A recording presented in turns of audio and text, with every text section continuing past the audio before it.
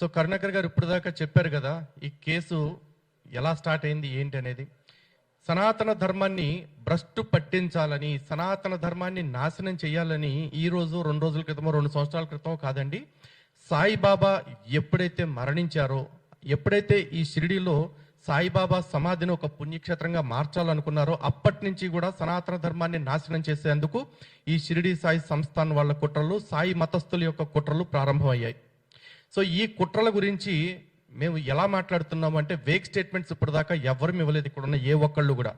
మేము గ్రంథాల ప్రమాణంగా, అది కూడా షిరిడీ సాయి సంస్థాన్ వాళ్ళు స్వయంగా ముద్రించిన శ్రీ సాయి సచ్చరిత్ర అనే గ్రంథాన్ని ఆధారంగా చేసుకుని మాత్రమే ప్రశ్నించాము.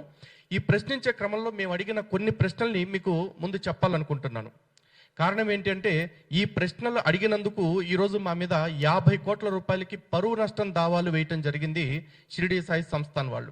50 కోట్ల రూపాయలకి. ఇది మా మీద పెట్టిన కేసెస్ కాకుండా, మా మీద సపరేట్గా కేసులు పెట్టారు షిరిడీలో, ఔరంగాబాద్లో. దాని కాకుండా పరువు నష్టం కేసులు 50 కోట్లు. అంటే బహుశా హిందువులు అడ్డదిడ్డంగా ఇచ్చిన కానుకలతోటి అడ్డంగా బలిసిపోయిన వాళ్ళకి 50 కోట్లు అంటే చిన్న అమౌంట్ ఏమో, కానీ హిందువులకి చాలా పెద్ద అమౌంట్. హిందూ సంఘాలకైతే అది జీవితకాలానికి కూడా సాధించలేని ఒక సంఖ్య. అలాంటి అమౌంట్ని మాకు టార్గెట్గా పెట్టి మా మీద ఒత్తిడిని పెంచి మా భావ ప్రకటన స్వేచ్ఛని, మా వాక్ స్వాతంత్రం పైన దాడి చేసింది షిరిడీ సాయి సంస్థానం. ఎలా అంటే, ఇందులో వాళ్ళు అడిగిన వాళ్ళు చెప్పిన కండిషన్స్ ముందు చెప్తానండి. ఇది షిరిడీ సాయి సంస్థాన్ సిఇఓ పేరేంటి, గౌరక్ష మహాదేవ్ గడిల్కర్ గారు ఇవ్వటం జరిగింది నోటీసు. దీనిలో ఆయన చెప్పింది, furnish an unconditional apology apologising for the defamatory statements made by you, which apology should be printed in 3 prominent newspapers in circulation in states of Andhra Pradesh and Telangana, as well as make the same available on all social media including Facebook, YouTube, Instagram. అంటే ఆంధ్ర తెలంగాణలో ప్రచురణ అయ్యే 3 ప్రముఖ దినపత్రికల్లో మేము unconditional బేషరతుగా క్షమాపణ చెప్తూ ఒక ప్రకటన విడుదల చేయాలట. అలాగే మేము పెట్టిన వీడియోస్ అన్నీ కూడా డిలీట్ చేయాలి. అలాగే మేము ఎక్కడెక్కడైతే ఇంటర్వ్యూస్ ఇచ్చామో ఆ ఛానల్స్లోంచి కూడా మేమే డిలీట్ చేయించాలట. ఇది కాకుండా to pay to Shri Saibaba Sansthan a sum of rupees 50 crores in damages suffered by the Saibaba Samsthan and various other devotees. ఈ సాయిబాబా సంస్థాన్ కావచ్చు, ఇతర సాయి భక్తులు కావచ్చు, వాళ్ళు అనుభవించిన బాధకి, క్షోభకి పరిహారంగా మేము 50 కోట్ల రూపాయలు చెల్లించాలట. ఇది వాళ్ళు విడుదల చేసిన కండిషన్స్. అయితే ఎందుకు వాళ్ళు అంత బాధపడ్డారు అంటే దానికి చెప్పారు చూడండి. మేమట తప్పుడు స్టేట్మెంట్స్ ఇచ్చామంట. అంటే ఏంటంటే, షిరిడీలో ఉన్నది కానీ లేకపోతే ఇతర సాయిబాబా ఆలయాలుగా చలామణి అయ్యేవి ఏవి కూడా ఆలయాలు కాదు, అవి దర్గాలు లేదంటే మసీదులు అనే మాట మేము వాడామట. అలాగే అక్కడ ఆడవాళ్ళకి నమాజులు నేర్పిస్తున్నారు, తద్వారా ఆడవాళ్ళు లవ్ జిహాద్కి ఆకర్షితులయ్యేలాగా చేస్తున్నారు అని మేము చెప్పామట. ఇది తప్పుడు ప్రకటనట. ఇది తప్పుడు ప్రకటన అని షిరిడీ అంటుంది అంటే, షిరిడీ సంస్థాన్ వాళ్ళు ఇప్పుడు తప్పుడు ప్రకటన చేస్తున్నట్టు. కారణం ఏంటి అంటే, ఇవన్నీ నిజంగా జరుగుతున్నాయి. ఆ రోజు ఇచ్చిన మాటే వాళ్ళు ఇన్ని కేసులు పెట్టిన తర్వాత కూడా ఇప్పటికీ అదే మాట చెప్తున్నాం. ఎందుకంటే దీనికి మా దగ్గర ఆధారాలు ఉన్నాయి. షిరిడీ సాయి సంస్థాన్లో జరుగుతున్నాయి అని మేము అలా, షిరిడీ సాయి ఆలయాల పేర్లతోటి ఆంధ్రప్రదేశ్, తెలంగాణ రాష్ట్రాల్లో ఇవి జరుగుతున్నాయి. షిరిడీలో జరగట్లేదని మేము అంటలా. షిరిడీలో జరుగుతున్నాయో లేదో మాకు తెలియదు ఈ పర్టికులర్ విషయానికి మరికి. కానీ క్లియర్గా చెప్తున్నది ఏంటంటే, షిరిడీలో ఉన్న ఎక్కడ ఉన్నా సాయిబాబా ఆలయాలుగా చలామణి అయ్యేవి అవి ఆలయాలు కాదు, అవి ముమ్మాటికి దర్గాలు లేదా మసీదులే. దీని మీద మేము చర్చించడానికి సిద్ధంగా ఉన్నాము. దీనికి సాయిబాబా ఆలయాలు నిర్వహించే వాళ్ళు రావచ్చు, లేదు స్వయంగా షిరిడీ సాయి సంస్థాన్ వాళ్ళే వస్తారో వాళ్ళైనా రావచ్చు. అలాగే రెండో ఆరోపణ వాళ్ళు చేసింది ఏంటి అంటే, సాయిబాబా తనని తప్ప ఇంకా ఏ దేవుణ్ణి ఆరాధించొద్దు, ఇంకా ఏ క్షేత్రానికి వెళ్ళొద్దు అంటూ మేము తప్పుడు ప్రచారం చేశామట.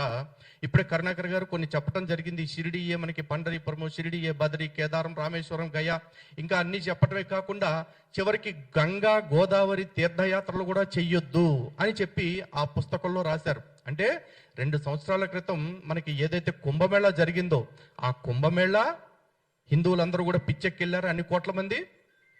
గంగ తన పాపాలు పోగొట్టుకోవటానికి బాబా పాదాల దగ్గరికి వెళ్తుంది అని రాశారు.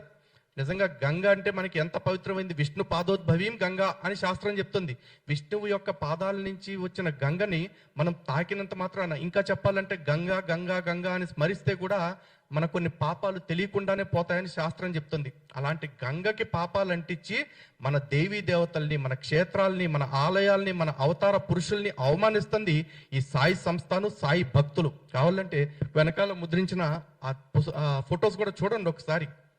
సాయిబాబా శివలింగం మీద కూర్చుంటాడు, సాయిబాబా ఆదిశేషుడి మీద కూర్చుంటాడు, సాయిని రాముడు అంటారు, సాయిని కృష్ణుడు అంటారు.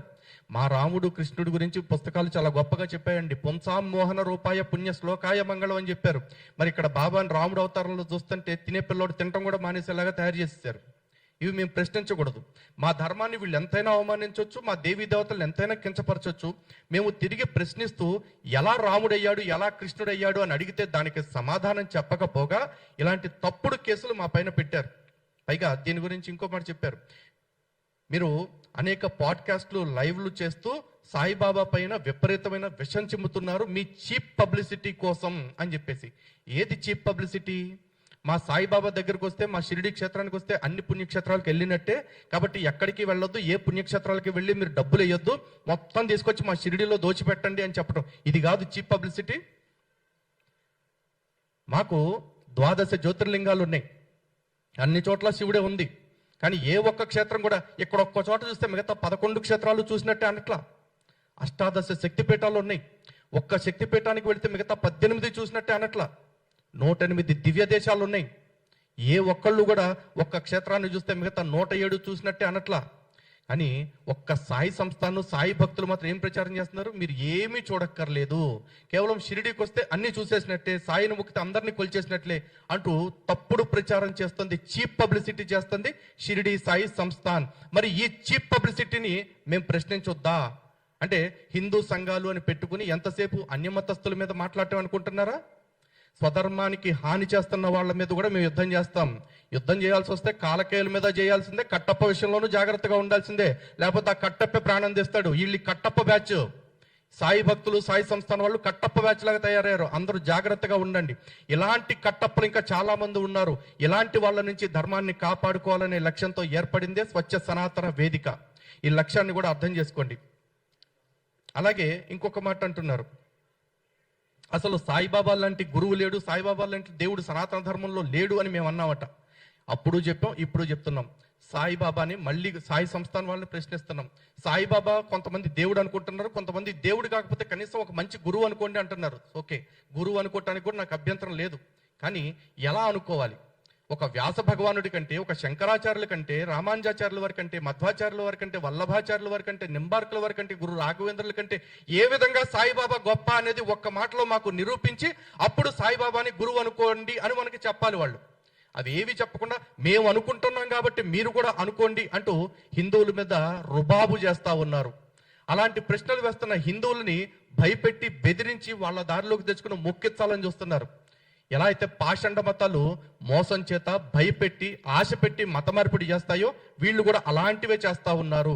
కాబట్టి వీళ్ళని మేము ప్రశ్నించాము. అది కూడా రాజ్యాంగంలోని ఆర్టికల్ 19(1) మనకి ఏదైతే అవకాశం ఇచ్చిందో భావ వ్యక్తీకరణ మరియు వాక్ స్వాతంత్రాన్ని, దాన్ని పాటిస్తూ, అలాగే ఆర్టికల్ 19(2)లో ఏవైతే రీజనబుల్ రెస్ట్రిక్షన్స్ పెట్టారో ఆ రీజనబుల్ రెస్ట్రిక్షన్స్ అన్నిటిని గమనించుకుంటూ వాడదగిన భాషలో అడగదగిన విధంగా మేము ప్రశ్నలు అడిగాం తప్ప ఎక్కడా కూడా సాయిబాబా విషయంలో అసభ్యంగా మాట్లాడలేదు. సాయిబాబాని వాడు, వీడు, గాడు, గీడు అని మేము ఇప్పుడు పదాలు వాడలేదు. కనీసం బే అని, బాడకో అని, బద్మాష్ లాంటి పదాలు మేము ఎక్కడా వాడలేదు.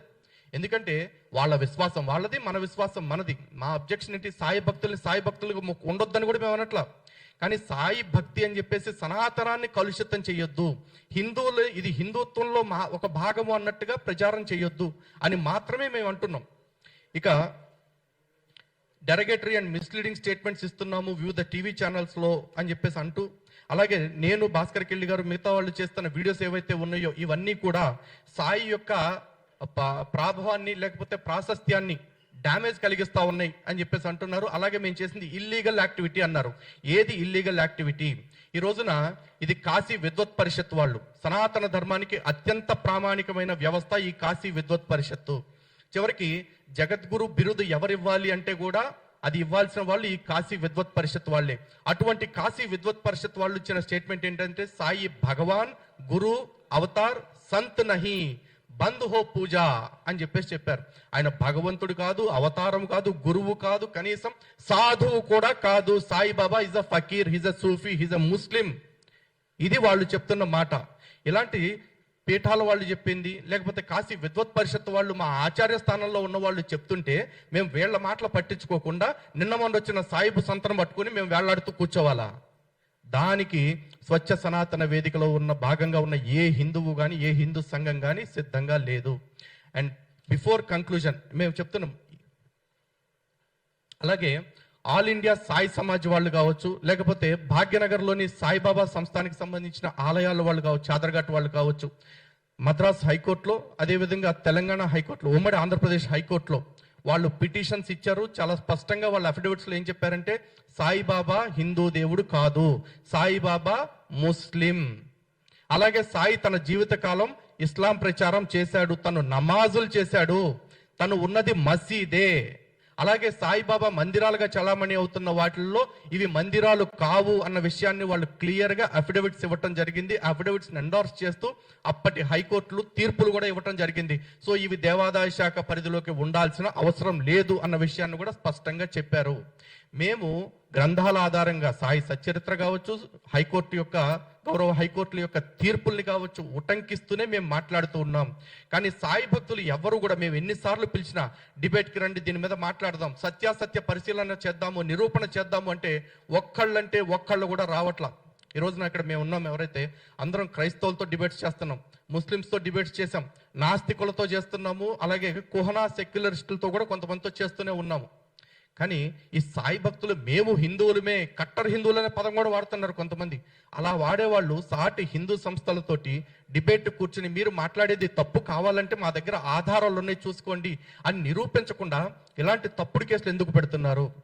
కాబట్టి మరొక్కసారి మేము పునరుద్ఘాటన చేసేది ఏంటంటే, సాయిబాబాకి సనాతన ధర్మానికి సంబంధం లేదు. సాయిబాబా ముస్లిం. సాయి ఆలయాలుగా చలామణి అవుతున్నవి ముమ్మాటికి దర్గాలే, కాదు కూడదు అనుకుంటే మసీదులు అనుకోండి, మాకు అభ్యంతరం లేదు. అలాగే సాయి కరుడుగట్టిన ముస్లిము ఉన్మాద ముస్లిం, అంటే తను ఇస్లాంని అందరి చేత ఆచరింప చెయ్యాలి అనుకున్నాడు. ఈ విషయాలు ఎక్కడా కూడా మేము మార్చట్లేదు స్టేట్మెంట్స్. అలాగే సాయి తన దగ్గరకు వచ్చిన ప్రతి వాళ్ళని కూడా ఇస్లాం పట్ల ఆకర్షితులుగా చేయడానికి ప్రయత్నం చేశాడు, దానికి కూడా మా దగ్గర ఆధారాలు ఉన్నాయి. అండ్ సాయి ఆలయాల విషయంలో ప్రతి ఒక్కళ్ళు గుర్తుపెట్టుకోండి, హిందువులకి సాయి ఆలయాలకి సంబంధం లేదు. సాయిబాబా ఆలయాల్లో హిందూ దేవతల విగ్రహాలు ఉండటానికి వీల్లేదు. అలాగే హిందూ ఆలయాల్లోకి సాయిబాబా ఫోటోలు కానీ విగ్రహాలు కానీ రావటానికి వీల్లేదు. దీని మీద తొందరలోనే మేము ఎండోమెంట్ కమిషనర్లు ఇరు రాష్ట్రాల వాళ్ళని కూడా కలిసి ఒక రిప్రజెంటేషన్ ఇవ్వటం జరుగుతుంది కోర్టు తీర్పుల ఆధారంగానే. అంతేకాదు క్షేత్రస్థాయి పోరాటాలకి, అవసరమైతే దీని మీద నిరసన దీక్షలకి, సాయి భక్తుల్ని ప్రశ్నించడానికి మరో రకమైన క్షేత్రస్థాయి కార్యాచరణకి కూడా మేమందరం సంసిద్ధంగా ఉన్నామని తెలియజేసుకుంటూ సెలవు తీసుకుంటున్నాను. అందరికీ ధన్యవాదాలండి. జై శ్రీరామ్.